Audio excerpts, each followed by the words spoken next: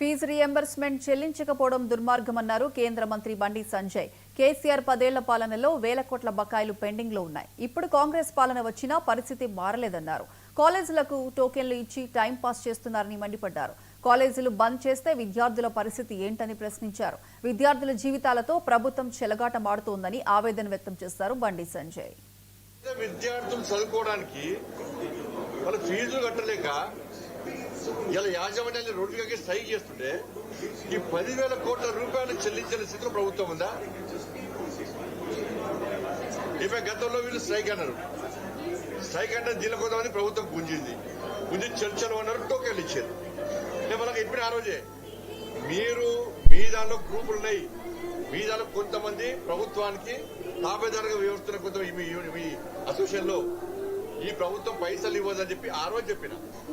Bharatiya Janata party మొదటి నుంచి కూడా ఫీజు రీఎంబర్స్మెంట్ చెల్లించాలని చెప్పి విద్యార్థులకు అన్యాయం కావద్దు, యాజమాన్యాల వాళ్ళను కాపాడండి, వాళ్ళు అప్పుల పాలయ్యారు, బ్యాంకులలో ఇంట్రెస్ట్ కట్టలేకపోతున్నారు, వాళ్ళ ఆస్తులు అనుకున్నా కట్టలేని పరిస్థితి.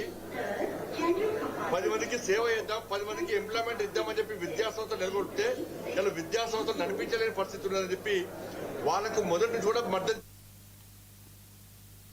కాంగ్రెస్ నేతలు ఎన్నికల్లో ఇచ్చిన హామీలు అధికారంలోకి రాగానే మర్చిపోయారు.